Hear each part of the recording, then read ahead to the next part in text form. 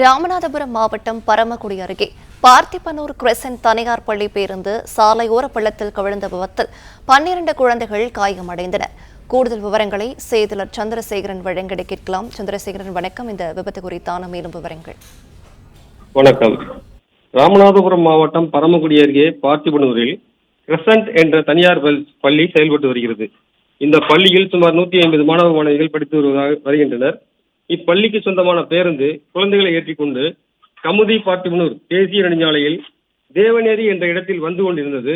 அப்போது பேருந்துக்கு முன்னால் ஒரு இருசக்கர வாகனம் குறுக்கே வந்ததாக கூறப்படுகிறது.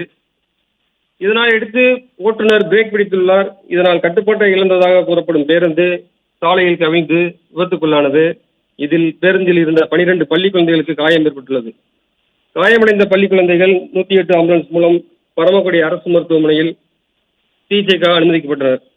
4 குழந்தைகளுக்கு உடம்பில் இரத்த காயங்கள் ஏற்பட்டதால் தொடர்ந்து சிகிச்சை அளிக்கப்பட்டு வருகிறது.